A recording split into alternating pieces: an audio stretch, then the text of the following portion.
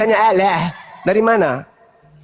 Nggak bosan jadi pencuri, nggak bosan, nggak malu? Sebentar dulu, Anda nggak usah. Nggak malu kau? Hei, nggak malu kau jadi agama penjajah, diwariskan penjajah, kau curi kata Allah itu nggak malu? Nggak malu? Hei, jangan terkait-kait. Iya, saya tidak kejang-kejang. Kamu saya tanya, dari mana agama penjajah, warisan penjajah ini mengambil kata Allah? Oke, baik. Ayo, dari mana baik? Dari mana baik? Dari mana? Teroris Ibrahim bilang ada namanya di situ Allah SWT. Saya tanya, dari mana agama Paluka, warisan penjajah ini mengambil kata Allah? Dari mana perampok? Kau mau perang data dengan saya? Kusuapin kau data. Kau mau perang-perang tegas-tegasan? Kurobek otakmu kubuat. Kau mau menghina di sini? Kubuat ginjalmu pindah menjadi jantung. Agama warisan penjajah kok belagu. Kalau mau diskusi itu diskusi yang baik, ditanya jawab. Sebagaimana kami ditanya kami jawab. Jangan kau ikuti warisan penjajah, tabiatnya menjajah, merampas, maunya menekan terus, maunya menjajah aja terus, maunya bertanya aja terus. Jangan kau pakai tabiat pembawa agamamu ke sini, jangan. Kalau kau bertanya dan kami sudah menjawab, lalu kemudian kami bertanya balik, jawab itu, wahai agama penjajah. Kau so hebat kali kau. Dani. Tak bisa dibayangkan kalau kalian mayoritas di Nusantara ini, ya. Minoritas aja bang. kalian belagu. Dani.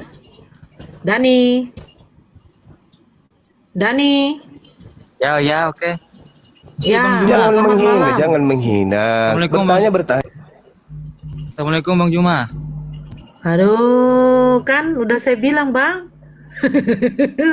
Penumpang banyak di bawah. Jawab dulu aja. Jawab salamnya. Waalaikumsalam. Baru mau nanya. Waalaikumsalam. Udah dijawab. Nggak usah, kalau ada muslim di sini, ada Bang Juma, nggak usah Anda mewakili muslim lagi. Gitu loh. Loh, Bang Zumanya mana? Assalamualaikum warahmatullahi wabarakatuh. Waalaikumsalam warahmatullahi wabarakatuh. Kena report. Jahat bener sih. Jadi tentang sunat ini, hanya orang-orang yang tidak bersunat memprotes orang yang disunat. Betul. Itu intinya. Jadi orang-orang yang tidak bersunat itu ya adalah tidak mengikuti ajaran para nabi. Itu ya. Iya, Paman. Nah, kenapa demikian? Ya karena iri, dia ingin itu menyebarkan virus kemana-mana. Kalian itu umat muslim bersih, kami ini kotor, ikut kotor lah. Bayangkan kalau seharian keluar rumah lupa mencuci, ya sampai ke rumah langsung berhubungan dengan istrinya, masuklah semua itu minyak rem. Bau apa itu? Coba.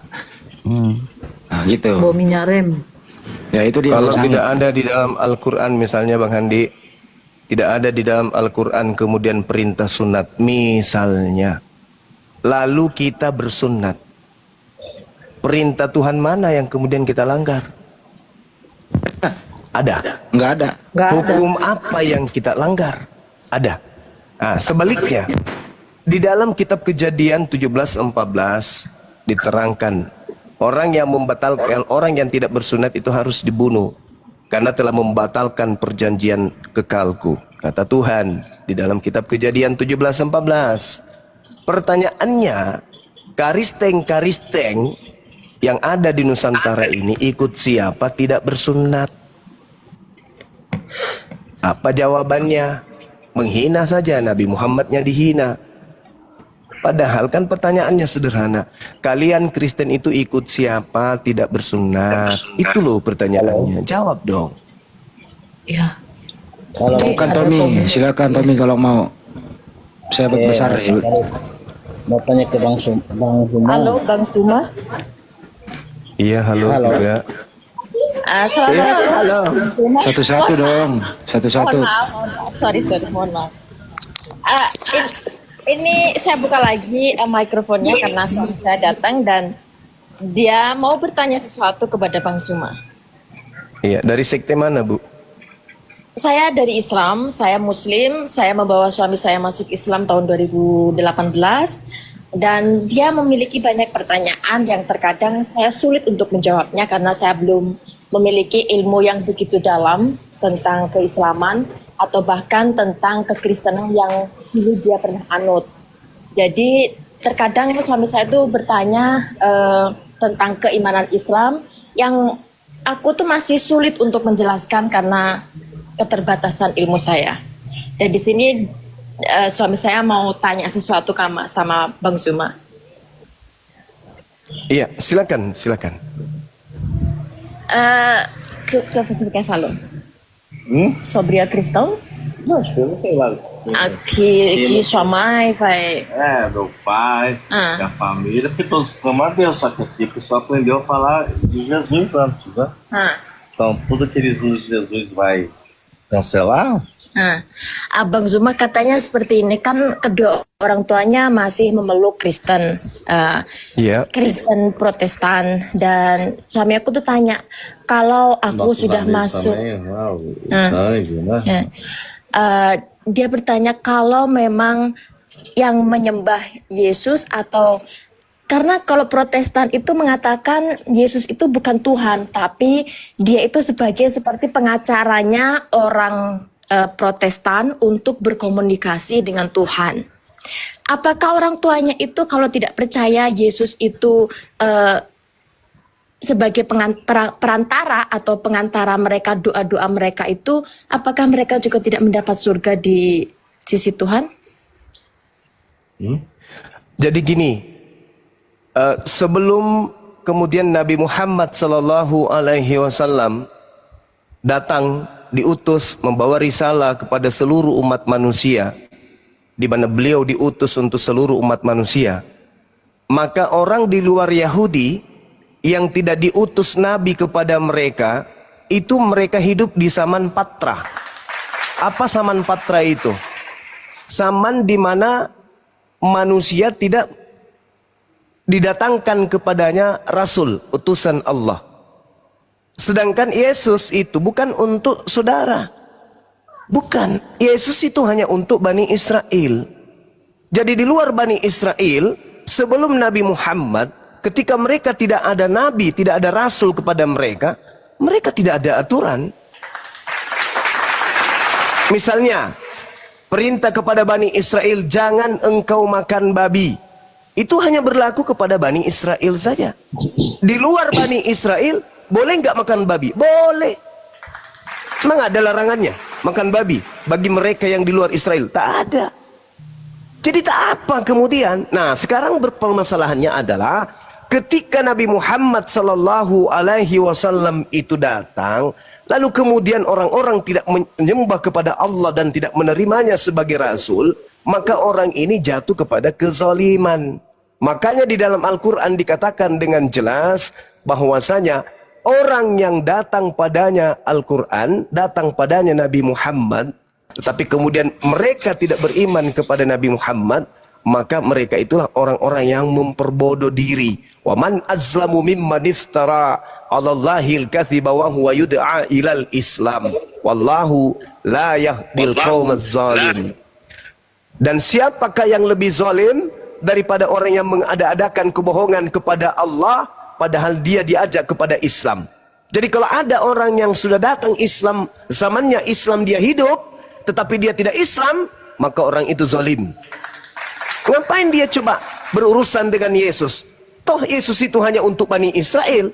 Sementara di luar Bani Israel, Yesus tidak mengaku diutus. Hanya saja, di dalam pengajaran Al-Quran, jelas bahwa orang-orang kafir, iblislah yang membangkitkan kemudian angan-angan mereka.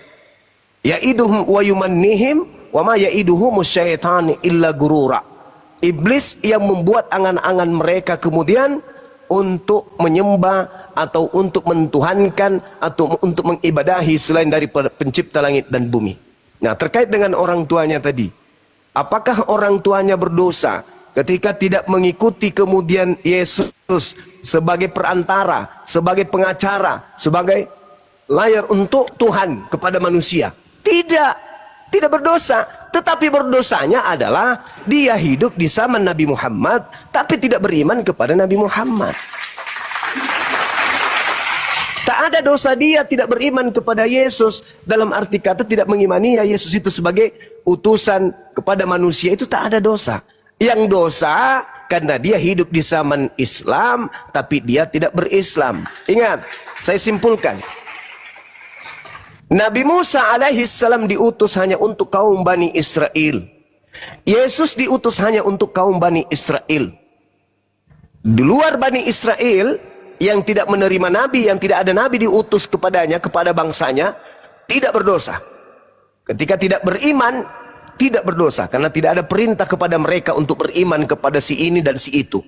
Tapi ketika Islam datang, Nabi Muhammad datang, Nabi Muhammad diutus kepada seluruh umat manusia, maka tak ada lagi manusia yang terbebas dari aturan-aturan Tuhan, kecuali mereka yang kufur ingkar terhadap pencipta langit dan bumi. Jadi kesimpulannya, ketika Islam belum datang, orang di luar Yahudi tidak beriman kepada Nabi Musa boleh, beriman juga boleh. Tapi ketika kemudian mereka tidak beriman, tidak mendapatkan dosa, disebabkan Nabi Musa atau Yesus tidak diutus untuk mereka. Tapi ketika Nabi Muhammad sudah datang, siapapun dia, jangankan di luar Bani Israel sebagai ahli kitab saja, kalau tidak beriman kepada Nabi Muhammad, tidak menyembah kepada Allah, maka mereka dianggap kufur, kafir oleh Allah. Jadi tak ada urusan lagi beriman kepada Yesus, tak ada urusan. Begitu masuk Islam, otomatis akan beriman kepada Nabi Isa alaihissalam. Jadi sekarang ini tidak ada urusan mau beriman kepada Yesus, tidak beriman kepada Yesus, tak ada urusan. Di luar Yahudi itu tak ada urusan. Yang sekarang kita berurusan adalah kepada Nabi Muhammad. Kenapa? Yesus dalam Matius 15 nomor 24, aku diutus hanya kepada domba yang hilang dari umat Israel. Matius 10 nomor 5 nomor 6, Yesus berpesan kepada Bani Israel muridnya agar jangan ke bangsa Indonesia, tapi pergilah kepada domba-domba yang hilang dari umat Israel saja.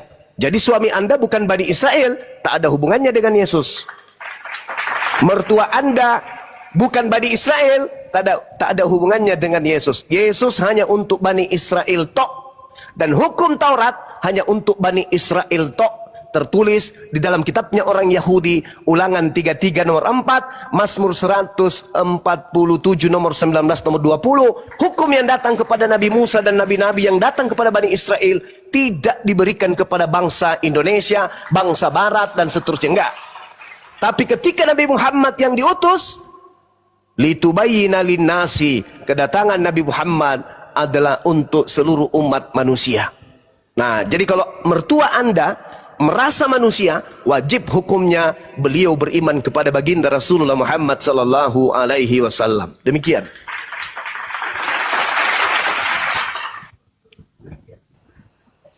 Halo.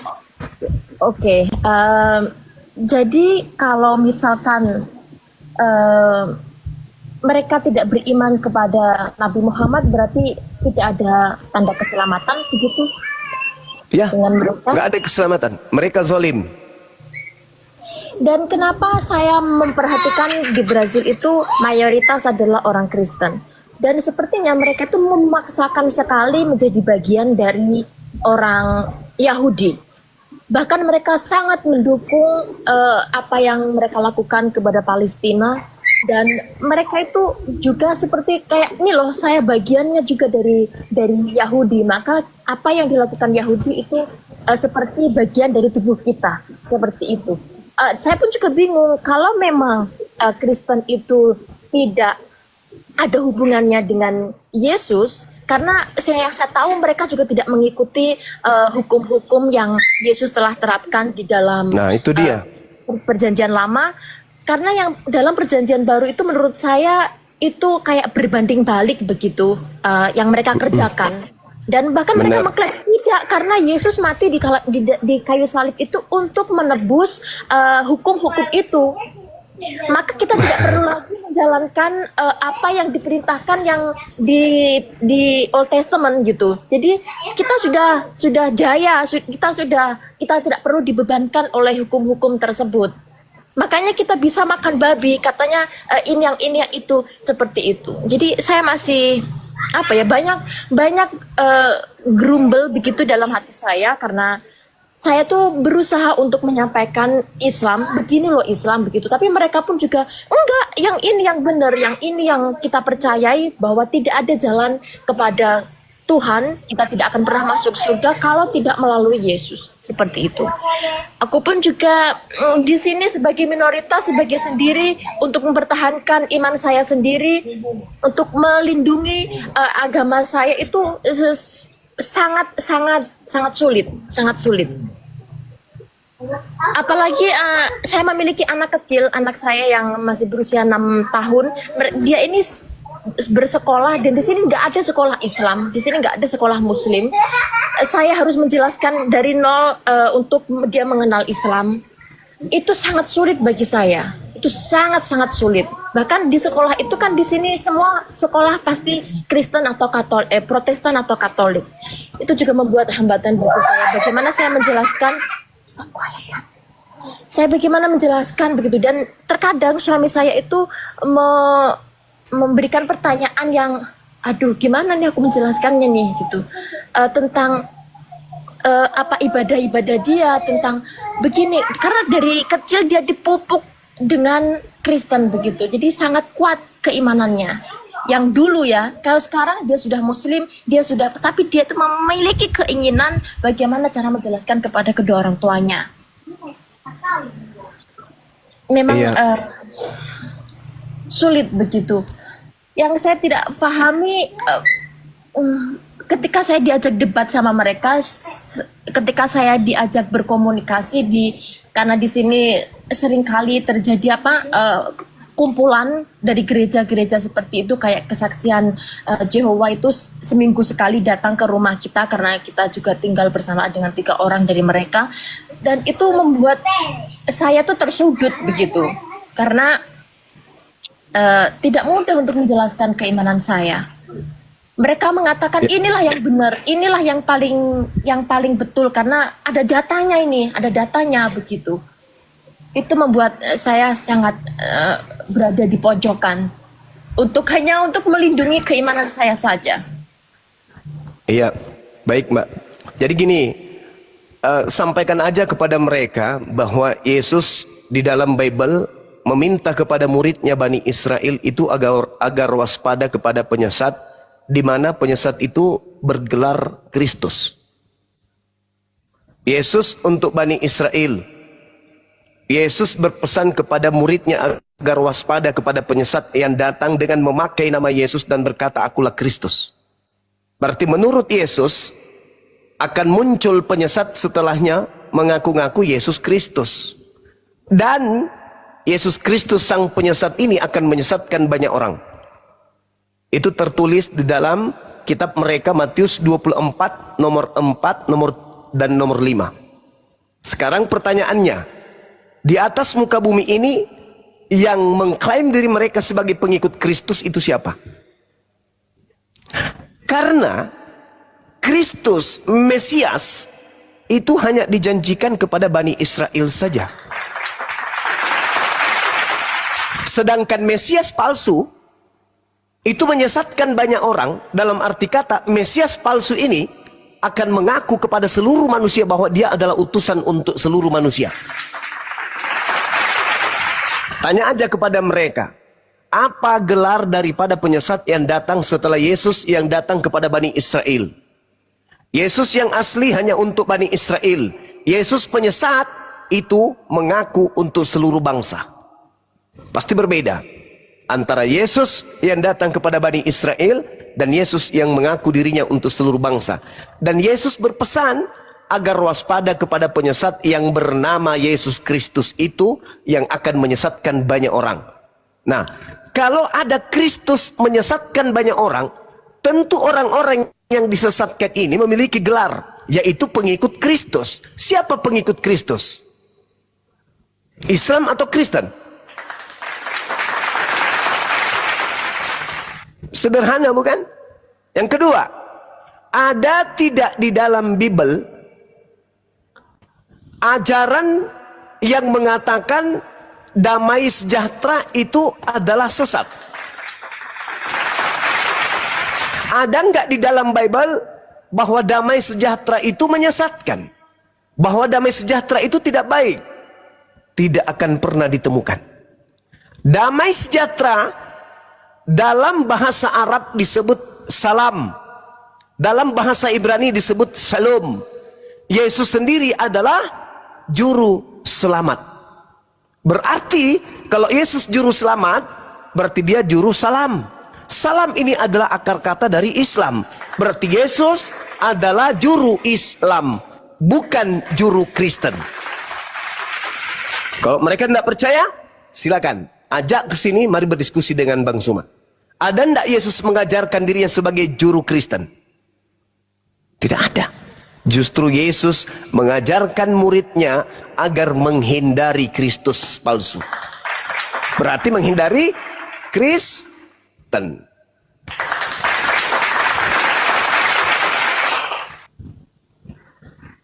Saya kira begitu, Ibu Suci. Dan ini suami saya juga mau bertanya, sebelumnya saya bertanya kepada Ibu Nur, Ibu siapa tadi yang menjelaskan, ya Nora, tentang penyalipan. Suami saya mengatakan, kalau memang, kan dia pernah bertanya kepada saya, siapa yang disalib itu? Saya bilang menurut Al-Quran itu bukan Yesus yang asli, tapi menurut Quran diserupakan. Ada seseorang yang diserupakan.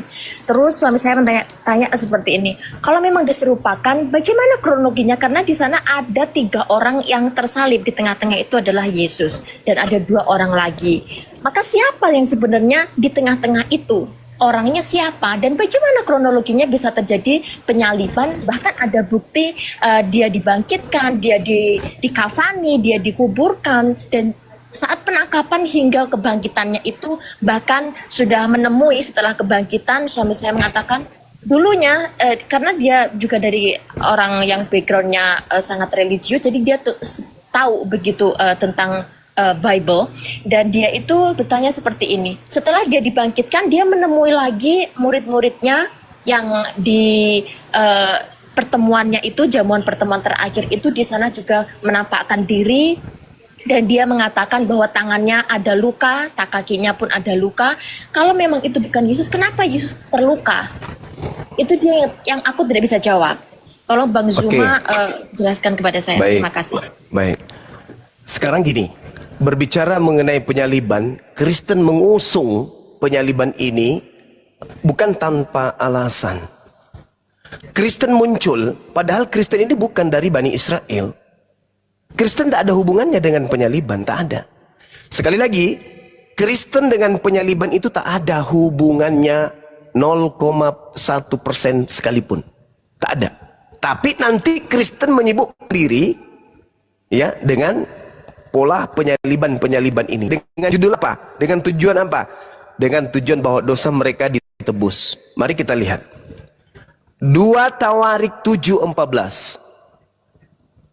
Dan umatku yang atasnya namaku disebut merendahkan diri, berdoa dan mencari wajahku, lalu berbalik dari jalan-jalannya yang jahat, maka aku akan mendengarkan dari surga dan mengampuni dosa mereka dari surga. Sekarang pertanyaan saya, kalau ternyata Tuhan mendengarkan doa dari surga dan mengampuni dosa dari surga, apa masih butuh turun jadi manusia, mati untuk nebus dosa manusia Kristen?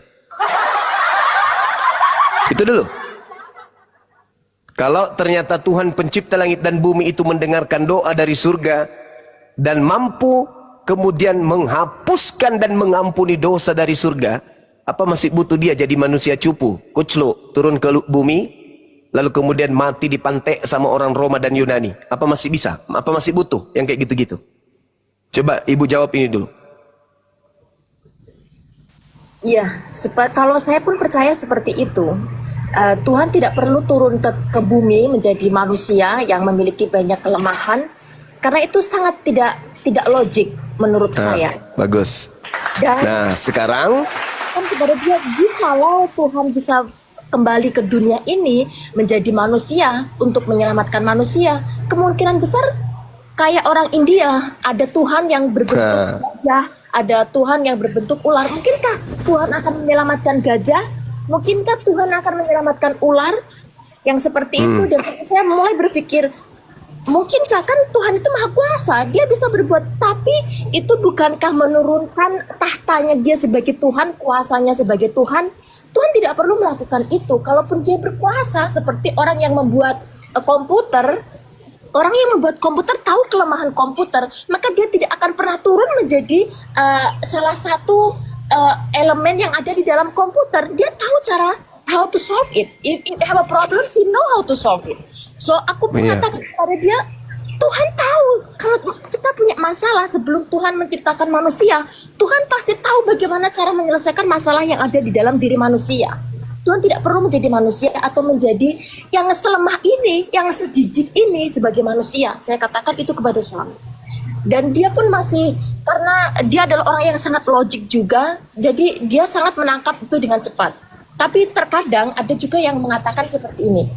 Dia bertanya kepada saya, terus kalau memang dosa Adam dan Eve itu menjadi di dalam darah daging kita, bagaimana kita caranya untuk membersihkan? Itu yang dia percaya, bahwa ada dosa yang masih diwariskan dari Adam dan Eve.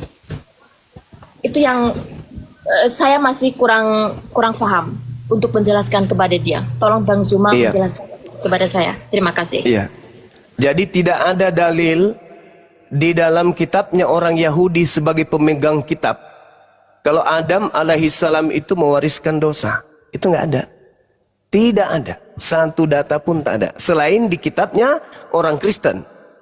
Yaitu di dalam buku Roma 5 nomor 12. Orang Yahudi sang pemilik kitab itu tidak mengenal dosa waris. Jadi saya katakan itu bukan dosa waris, itu adalah bohong waris. Kebohongan yang diwariskan secara turun-temurun. Manusia ini dicipta oleh Allah turun ke atas muka bumi ini sebagai pemimpin. Untuk menjadi pemimpin, maka manusia diberi akal. Karena dia telah memiliki akal, maka wajib hukumnya manusia itu harus tahu baik dan jahat, baik dan buruk, tinggi, rendah, panjang, pendek, dan seterusnya. Harus. Sebelum Adam makan buah ilmu pengetahuan baik dan jahat, Adam nggak tahu apa-apa. Jangankan mengerti baik, mengerti yang jahat, untuk mengetahui dirinya telanjang aja kagak. Jadi harusnya kita sebagai cucu Adam, dengan makannya Adam buah pengetahuan berdasarkan standar Bible, maka kita manusia bukan mengutuk Nabi Adam, malah berterima kasih kepada Adam. Coba Anda bayangkan, kalau ilustrasi yang muncul di Bible itu tidak terlaksananya Adam makan buah pengetahuan baik dan buruk. Adam disertakan padanya jasad lengkap kelamin. Wanitanya pun istrinya lengkap kelamin. Mereka makan minum, disiapkan makan minum di Gan Eden. Saripati yang masuk ke dalam tubuh Adam dan istrinya, sebagian daripadanya menjadi sperma. Apa yang terjadi ketika biologis kepenuhan sperma, maka si Uco akan mencari tempat persinggahan. Apa yang terjadi? Adam akan bercocok tanam kepada istrinya. Maka Adam yang tidak mengerti baik dan buruk, tidak mengerti pakaian, tidak mengerti pakai celana, tidak mengerti pakai baju, akan beranak cucu dan anaknya juga akan diwariskan sama seperti itu. Pertanyaannya, apa bedanya Adam ketika itu terjadi dengan kambing? Tak ada bedanya, karena Adam tidak tahu baik dan buruk. Maka ketika Adam makan buah ilmu pengetahuan antar baik dan jahat, maka ketika itu kemudian kemanusiaannya, fitrahnya sebagai pemimpin lengkap sudah, sampai dia bisa membuktikan ini yang baik, ini yang buruk, ini telanjang, ini tidak telanjang, sehingga dia turun ke bumi sebagai risalah dia sebagai pemimpin, mampu menaklukkan kemudian alam semesta ini dengan ilmu pengetahuan yang ada, yang itu dasarnya akal. Sekarang bisa tidak kira-kira Adam dan keturunannya seperti kita ini menciptakan barang-barang elektronik tanpa kita tahu baik dan buruk. Bisa tidak manusia keturunan Adam membuat pesawat? Bisa tidak membuat HP?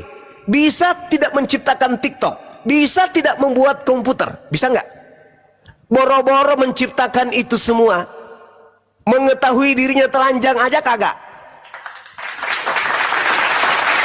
Jadi apa yang harus kita ungkapkan kepada Nabiullah Adam alaihissalam?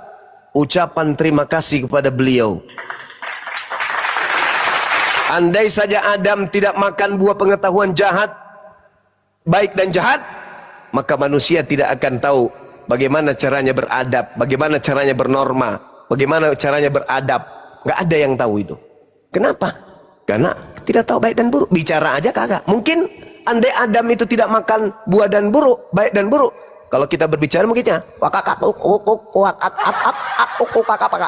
itu juga baik kalau kita ngerti. Apa yang kita pakai ngerti, nggak ada alatnya.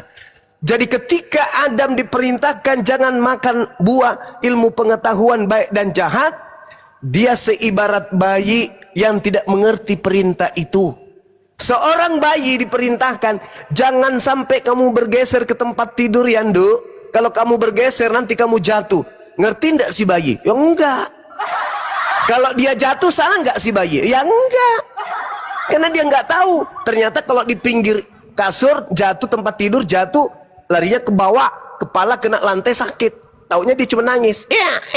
Kenapa dia jatuh? Karena dia enggak tahu.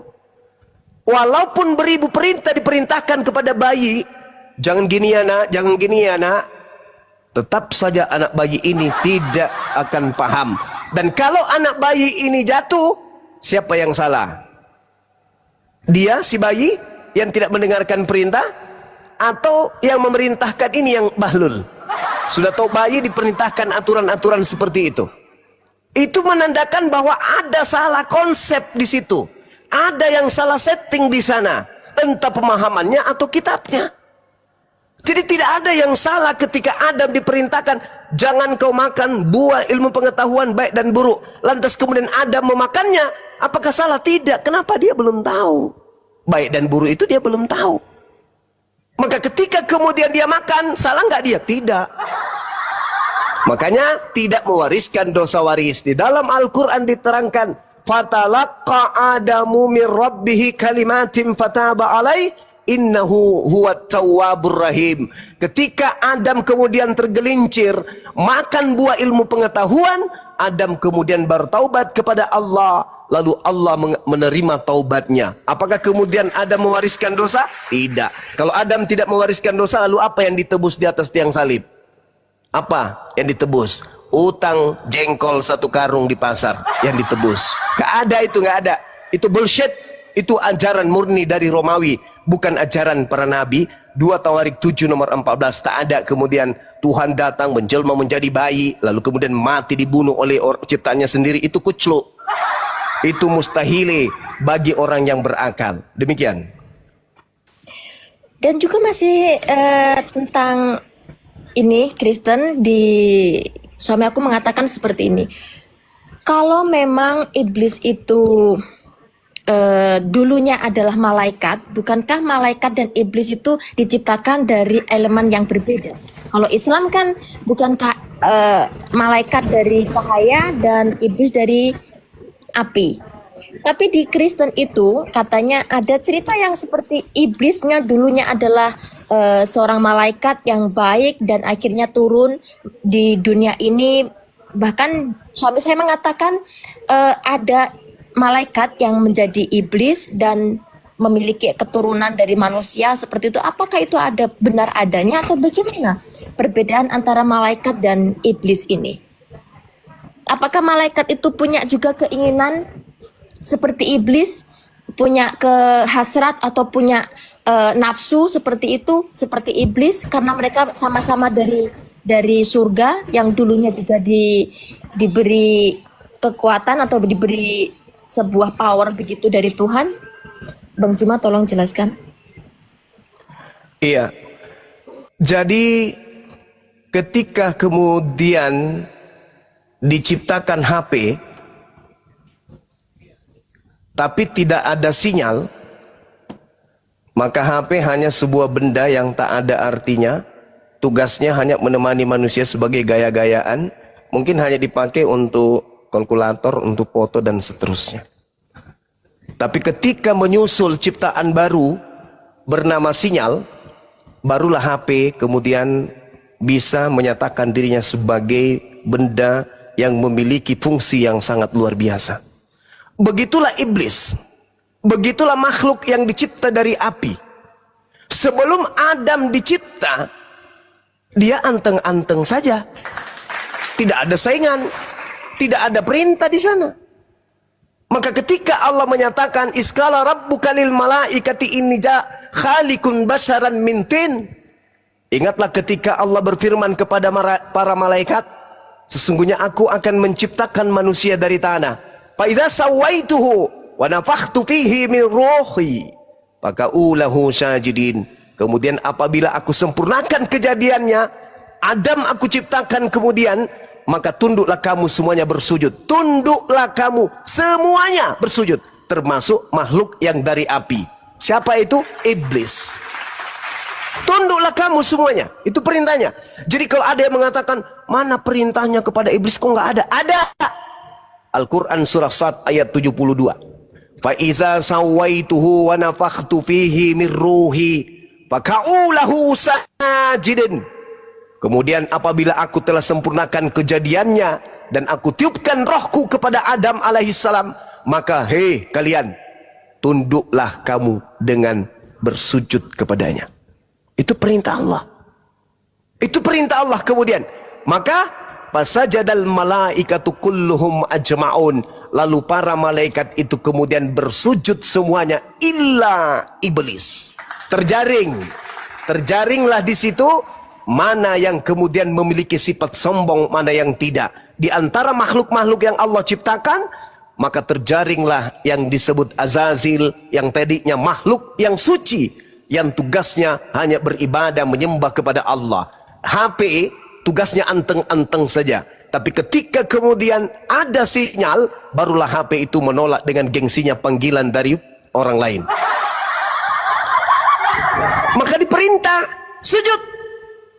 Tuhan kemudian melihat siapa di antara makhluk ini yang enggan sujud. Maka Allah bertanya kepada dia yang enggan, ya iblis, ma mana'aka an tasjuda lima khalaqtu biyadai astakbarta am kunta minal alim. Wahai iblis, apa yang menghalangimu untuk sujud kepada Adam yang aku ciptakan dengan kekuasaanku? Apakah karena kamu sombong? Atau kamu merasa golonganmu lebih tinggi? Dijawab tunai oleh iblis, ana khairum minhu. Betul ya Allah, aku lebih baik daripada Adam. Engkau menciptakan aku dari api, sedangkan Adam engkau ciptakan dari tanah. Itu kata iblis, itu kata malaikat yang enggan, yang terjaring di antara sekelompok manusia makhluk suci. Ada di antaranya yang sombong, itulah yang disebut iblis. Sama ketika Adam kedua diutus ke atas muka bumi, baginda Rasulullah Muhammad SAW untuk datang memerintahkan seluruh umat manusia sujud kepada Allah. Di antara manusia ada yang terjaring tidak mau sujud kepada Allah. Makanya dikatakan oleh Al-Quran, iblis itu adalah sekelompok dengan orang-orang kafir. Itu Al-Quran yang mengatakan orang kafir dan iblis itu adalah satu kelompok. Wa ikhwanuhum yamuddunahum fil ghayyi thumma la yuqsirun illa iblis istakbara wa kana minal kafirin. Kecuali iblis. Iblis itu menyombongkan diri dan dia termasuk golongan kafir. Barang siapa yang tidak bersujud kepada perintah Nabi Muhammad, maka dia sekelompok dengan setan. Ini kata Quran. Jelas itu. Lalu kemudian iblis mengatakan apa?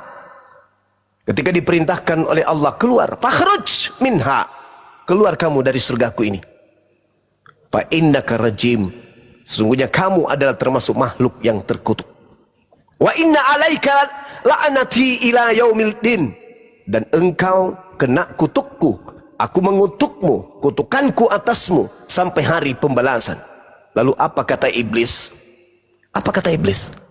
Rabbi fa'anzirni ila yaumi yub'atsun. Ya Tuhanku, panjangkan usiaku sampai aku dibangkitkan. Fa innaka minal munsarin. Allah menjawab, oke, kamu termasuk golongan yang diberi penangguhan usia panjang. Ila yaumil waqtil maklum, sampai kepada waktu yang ditentukan, yaitu hari kiamat. Jadi iblis yang hidup pada zaman Nabi Adam masih hidup sampai hari ini. Maka iblis menjawab, Wabi izzatika la ughwiyannahum ajma'in. Demi kemuliaanmu wahai Tuhanku, pasti aku akan menyesatkan manusia seluruhnya, illa ibadaka minhum mukhlasin, kecuali hamba-hambamu yang terpilih di antara mereka. Ini jelas dalam Al-Quran. Maka iblis sampai hari ini panjang usia. Kalau dia tidak bisa kemudian menjerumuskan anak kita, orang tua kita, maka lari ke kita. Tidak bisa menjerumuskan kita dari arah kiri, dari kanan, dari belakang, dari depan, dan seterusnya. Nah, inilah yang terjadi pada diri manusia. Sehingga ketika kemudian ada yang diutus kepada Bani Israel, iblis kemudian bekerja berkarya. Nah, ini bagus ini. Yang lahir, yang bisa membangkitkan orang mati, membuat orang lumpuh berjalan, orang buta melihat. Ini bisa kujadikan sebagai bahan untuk supaya menyesatkan manusia, agar manusia menganggapnya Tuhan. Makanya Yesus berpesan, waspadalah kepada penyesat yang datang kepadamu dengan memakai namaku dan berkata, akulah Kristus. Iblisnya memanfaatkan ketenaran Yesus untuk menjual nama Yesus kepada keturunan Adam, agar sebagian dari keturunan Adam itu bisa mempertuhankan Yesus Kristus selain daripada pencipta langit dan bumi yang orang Yahudi menyebutnya Yod-Heh-Vav-Heh. Saya kira demikian. Silakan. Oke, terima kasih banyak Bang Sumbang karena sudah memberikan Sama-sama. banyak pencerahan kepada saya. Karena di sini saya juga mengikuti di beberapa channel lain apologet Islam, karena itu sangat membantu untuk saya menjelaskan kepada mereka bagaimana sih bukan saya hanya melindungi iman saya, tapi setidaknya saya juga memberikan kayak mereka mau menarik saya, tapi saya juga mengatakan tidak, kalian tidak bisa menarik saya karena saya juga melihat beberapa cacat di Bible itu, dan itu bisa membuat saya mendapatkan kelonggaran agar tidak tertarik kepada apa yang telah mereka tunjukkan kepada saya. Dan saya juga sangat berterima kasih kepada apologet Indonesia, karena dengan itu bisa menyelamatkan keimanan saya, memberikan pencerahan. Dan di sini saya juga memiliki banyak sekali catatan karena saya mengikuti Bang Zuma sejak beberapa bulan yang lalu. Allahu Akbar. Takbir. Masya Allah, Masya Allah. Silakan saudara. Iya, mendapatkan di YouTube, entah kenapa ada tiba-tiba ada YouTube yang apologet. Apa itu apologet? Saya penasaran sekali kenapa ada apologet. Apa itu apologet? Dan ternyata di situ ada percakapan tentang debat, tentang itu. Dan saya sangat tertarik sekali karena ternyata Allah menunjukkan kepada saya, kamu tidak cukup ilmu untuk menghadapi mereka, maka aku berikan petunjuk, ini loh, tonton ini dan dengarkan apa yang apologet itu. Ternyata apa yang disampaikan orang-orang Kristen di Indonesia itu sama persis dengan apa yang dikatakan orang sini. Jadi apa yang dipertanyakan dan didebatkan di Indonesia itu bisa membuat saya memiliki kekuatan untuk melawan mereka. Karena sebagai minoritas, saya sendiri untuk melindungi iman saya yang di sini tidak pernah saya berkontak dengan orang Indonesia atau orang Islam atau orang Muslim. Tidak ada orang yang ada di belakang saya, dan saya pun juga dari keluarga yang biasa saja tentang religius, tidak begitu. Ya, orang tua saya mengatakan sholatlah, ngajilah, puasalah, seperti itu, tapi tidak mendetail tentang apa itu, kenapa seperti itu, tidak ada dulunya. Jadi saya belajar sendiri, mencari Repetir as formas. apa namanya, ilmu-ilmu tentang Islam dan juga dari seberang sana Kristen, dari diri saya sendiri. Dan ternyata Allah memberikan banyak sekali jalan untuk melindungi atau membela Islam ini. Di sini Allahu Akbar, saya Masya Allah, Masya Allah. memiliki benar-benar seperti saya memiliki keluarga. Beberapa kali saya bergabung di beberapa TikTok dari sini tapi tidak pernah diangkat, dan hari ini syukur alhamdulillah saya berterima kasih kepada host yang mengangkat saya untuk bercakap-cakap langsung dengan Bang Zuma dan Ibu Nora. Saya sangat berterima kasih, dan mungkin hari ini cukup sekian. Saya sangat bahagia hari ini. Ternyata doa-doa saya untuk bercakap dengan Bang Zuma langsung, bergabung dengan Apologet Indonesia, terpenuhi hari ini di puasa yang ke-26. Saya sangat berterima kasih. Alhamdulillahirabbil alamin. Masya sangat Allah, berterima kasih. subhanallah. Siap. Ya. Kami juga bangga atas kegigihan ya saudari kami Ukhti Suci untuk memperjuangkan akidahnya di tengah hidup di tengah-tengah mayoritas non-muslim, dengan gigih memperjuangkan akidah meskipun beliau ya minoritas di sana, tetapi dia tidak relakan akhiratnya hancur hanya karena dikelilingi oleh orang-orang yang mayoritas non-muslim, yang senantiasa bukan hanya sekedar non-muslim, tetapi mereka sekuat tenaga yang mereka bisa untuk memurtadkan Ukhti Suci untuk keluar daripada agamanya. Masya Allah, kami bangga dan kami senang menyambut Ukhti ini untuk kemudian senantiasa selalu bergabung dengan kami yang ada di Indonesia. Makasih. Saya juga sudah dihujat selama beberapa tahun karena di tahun 2015 lalu saya memberanikan diri menikah dengan seorang non-muslim.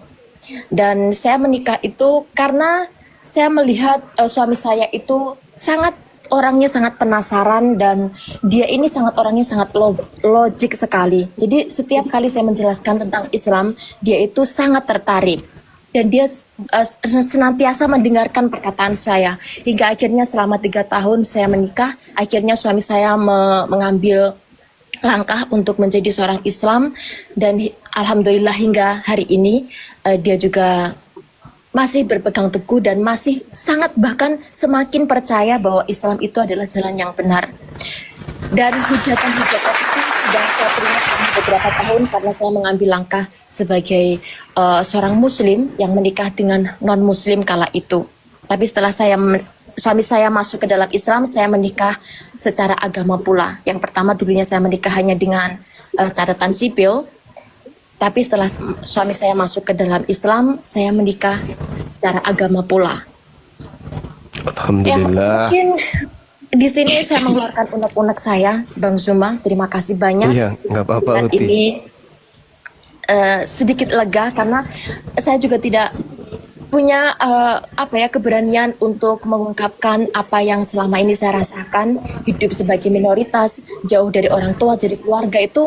Saya ingin berkeluh kesah kepada keluarga itu, saya sangat malu karena itu adalah keputusan saya ambil tahun 2015 lalu. Kalau saya mengeluh pada keluarga, pastinya mungkin mereka akan menyupport, tapi yang saya pikirkan adalah mungkin mereka akan menyalahkan saya juga karena saya mengambil langkah pada waktu itu. Jadi dengan adanya Apologet Islam, benar-benar saya sangat berterima kasih sekali. Mungkin sekian yang saya akan sampaikan hari ini. Terima kasih banyak Bang Zuma dan teman-teman di Apologet ini. Ya, sama-sama Ukhti Suci, ya sehat selalu, panjang umur. Mudah-mudahan Amin. diberikan keturunan yang bisa menjadi tokoh agama di tempat saudari kita ini bermukim ya. Di mana memangnya? Di Belanda ya? Saya di Brazil. Oh, di Brazil. Iya. Oke, baik. Dan di sini mayoritas adalah 99% kayaknya adalah Kristen ya, Katolik dan Protestan yang mendominasi tempat ini. Jadi siap. itu sangat berat untuk menghadapi mereka. Iya. Yang penting ya itu tadi metodenya udah tepat. Iya. Ketika berdebat bisa nyimak. Ternyata kalau ditanya ini jawaban-jawabannya di Bible tertulis seperti ini, di Al-Quran di ayat surah ini ayat sekian. Nah, itu sudah tepat itu, sudah tepat. Jadi kalau ada serangan, tinggal ditangkis saja pakai data-data yang didengarkan dari live TikTok yang ada di Apologet Islam Indonesia. Ya, saya juga membuat banyak sekali catatan tentang percakapan Bang Zuma, penjelasan Bang Zuma dan apologet-apologet seperti Kodonditan dan Ustadz Felix Shaw, seperti itu saya catat semuanya untuk ya tameng iman saya. Masya Allah, Masya Allah. Saya mengikuti mereka. Luar biasa. Iya. Dilanjutkan aja. Dilanjutkan. Iya. Terima kasih banyak. Iya, sama-sama. Selamat malam. Iya, malam, Saudara Tommy. Ya, malam Bang Cuma. Malam. Baik, terima kasih udah mau menerima saya di room ini. Sama-sama, Bang. Bang Cuma, Siap. ini sempat aku membaca satu artikel di Google nih tentang hadis Muslim nomor 3311. Iya. Itu dikatakan bahwa ketika suatu saat Muhammad dan pengikutnya pergi ke pemukiman Yahudi untuk sebelumnya Bang Timothy Kristen ya? Ya, Kristen, Pak. Baik, silakan. Ya. Hadis apa tadi? Hadis apa? Hadis Muslim nomor 3311.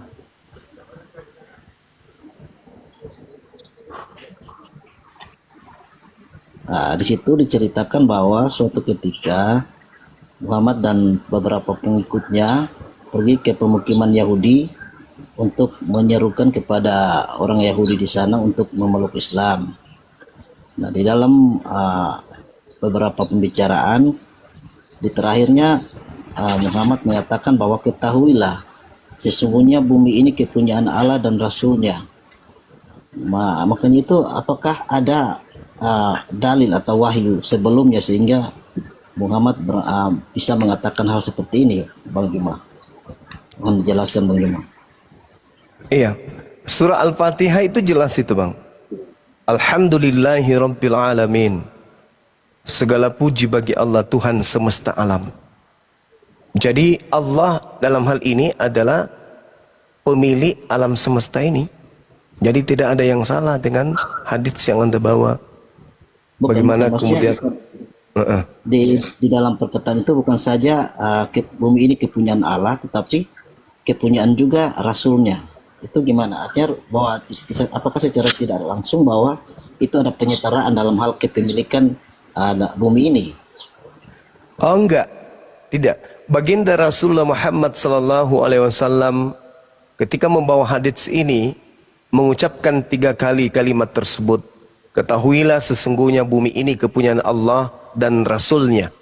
Artinya bahwa baginda Rasulullah Muhammad SAW diutus kemudian ke atas muka bumi sebagai rahmat untuk alam semesta. Maka Rasulullah harus menjadikan alam semesta ini sebagai rahmat. Dengan cara apa? Dengan mengajarkan Islam kepada seluruh alam semesta ini. Itu tujuannya, makanya dia diutus litubayyina linnasi. Nabi Muhammad diutus kepada seluruh umat manusia sebagai rahmatan lil alamin. Berbeda dengan nabi-nabi sebelumnya, hanya diutus kepada kelompok tertentu, termasuk Yesus. Itu hanya untuk Bani Israel saja. Itu pun hanya untuk domba yang hilang, yang sesat dari Bani Israel. Sedangkan baginda Rasulullah Muhammad SAW diutus ke muka bumi ini untuk mengislamkan alam semesta. Jadi apakah menurut statement Bang Suma itu, apakah itu sudah menunjukkan bahwa betul bahwa hadis ini mengatakan bahwa bumi ini adalah kepunyaan Allah dan Rasulnya? Iya, memang betul. Alam semesta ini kepunyaan Allah. Dan terkait Rasulnya. Dengan Rasulnya itu adalah wakilnya. Wakilnya diutus ke atas muka bumi ini untuk mengajak orang-orang, menyeru orang-orang kemudian untuk kembali kepada pemilik alam semesta. Dia wakil Tuhan, dia duta Tuhan. Dia yang diperintahkan kemudian untuk mengajarkan seluruh alam semesta agar bertasbih mengingat kepada Allah sang pemilik. Itu maksudnya. Beliau ada rasul.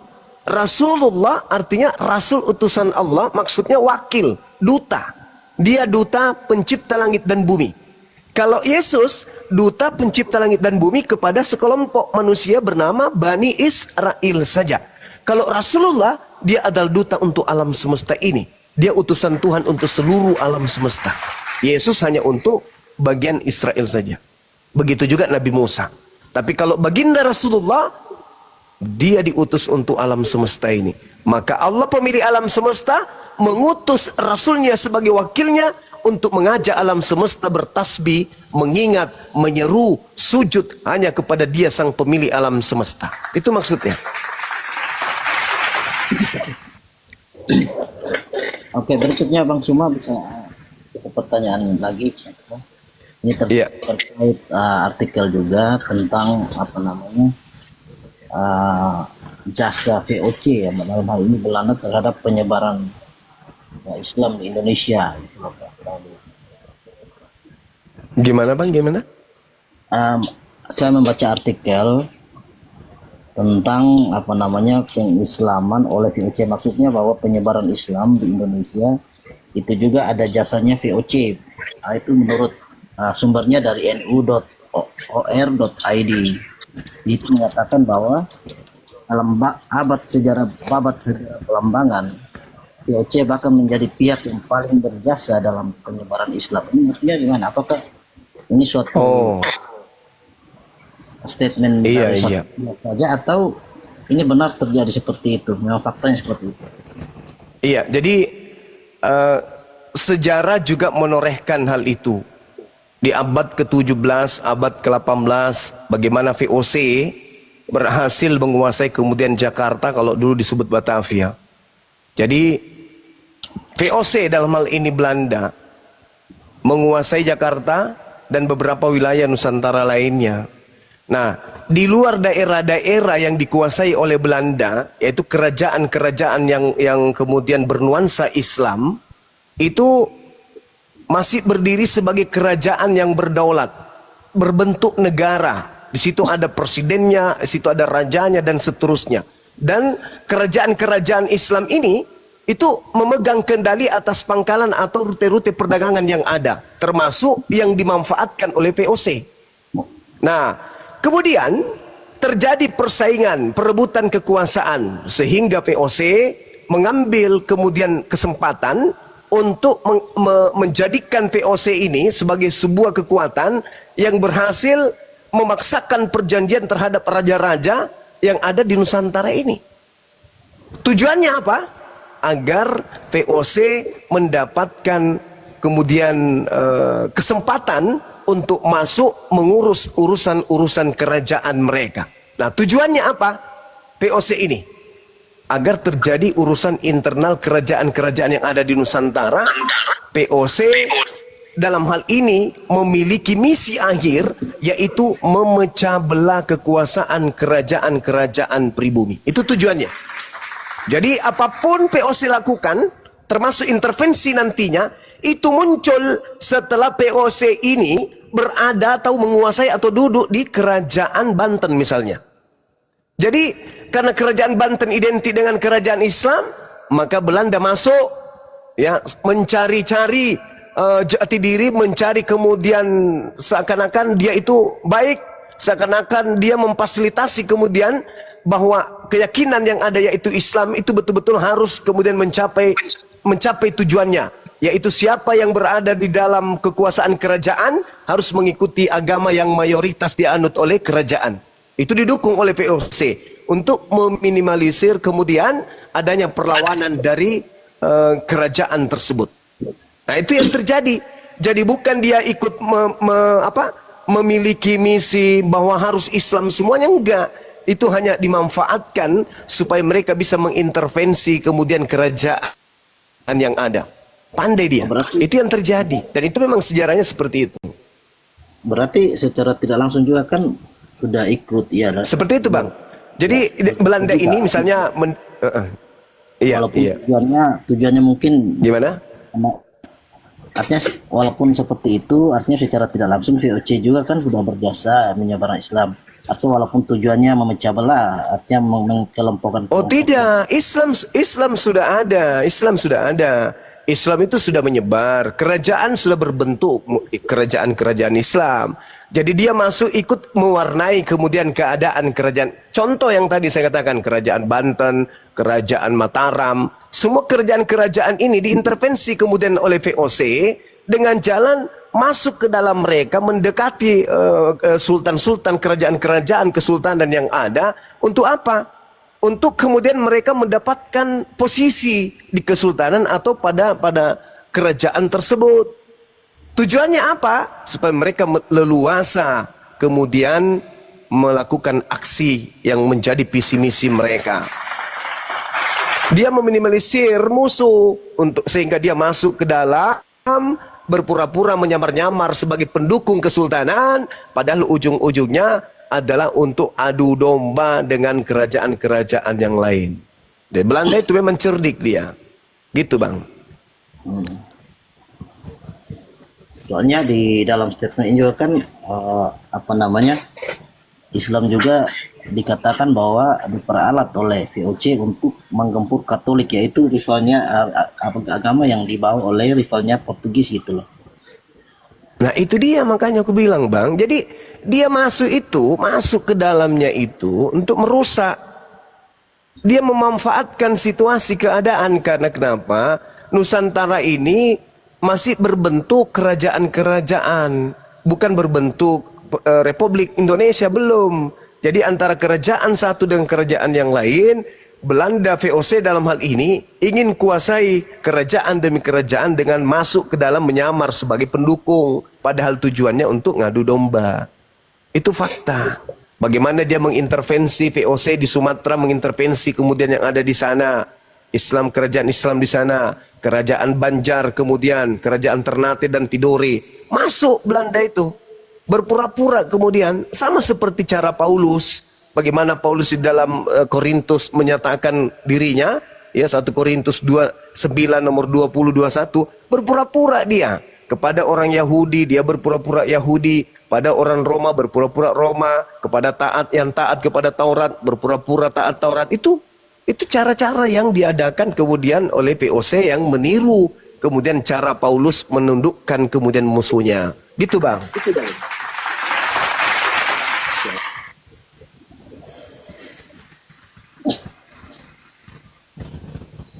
Itu aja, Bang. Iya, terima kasih. Silakan, yang lain dinaikkan.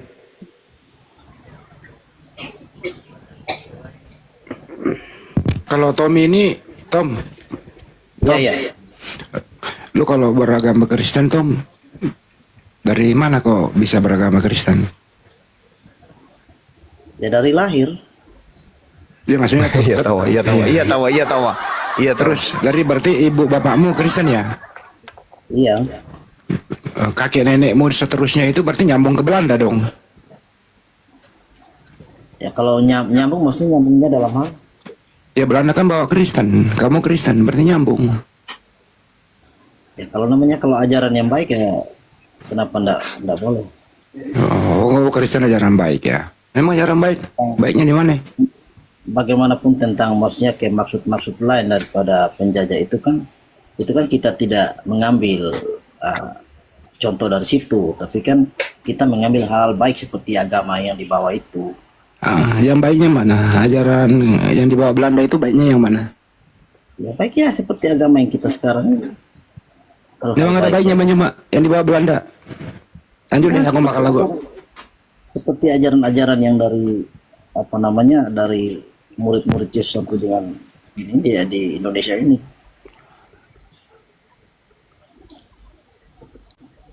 Yang baik itu yang mana, Bang?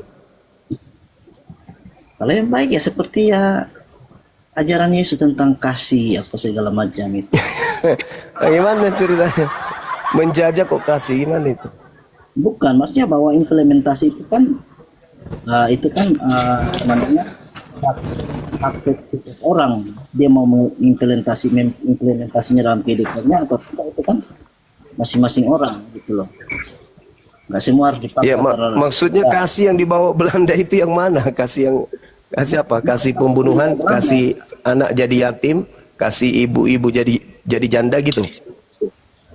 Bukan. Penjajah, merampas, memperkosa, mengadu domba, menghancurkan pondok-pondok pesantren, membunuh para ulama, membunuh pribumi, itu kasihnya maksudnya.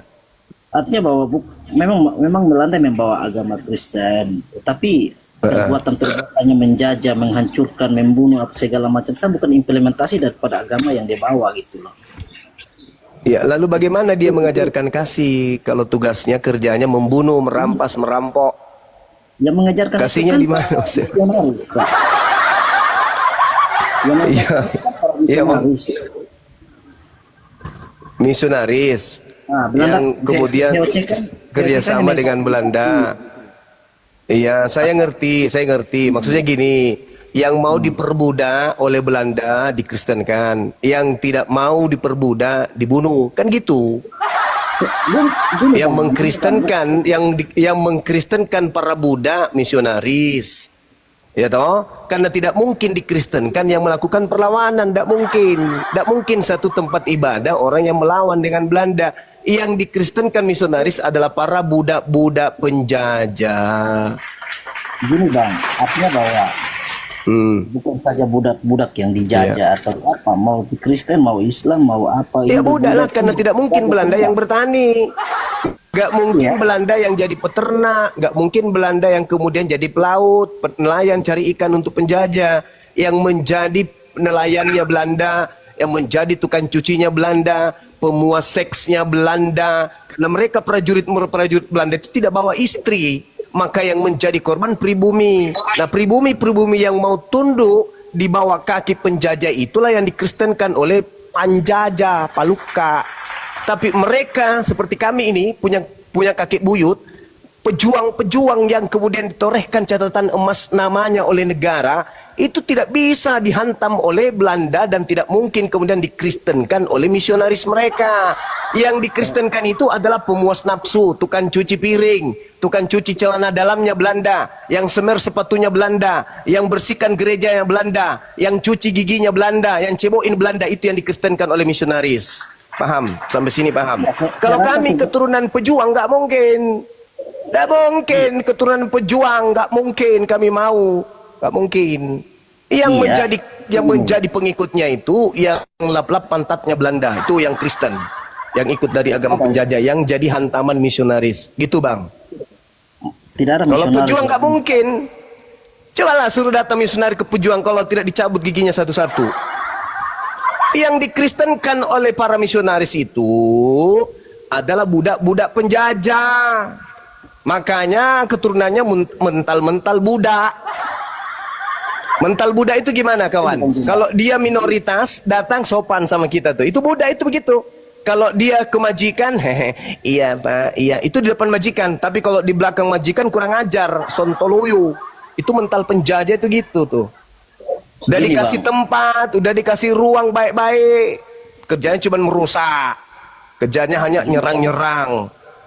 Gitu. Bahkan tentara itu kalau keturunan budak Belanda, tentara, dia suka kalau negara ini hancur.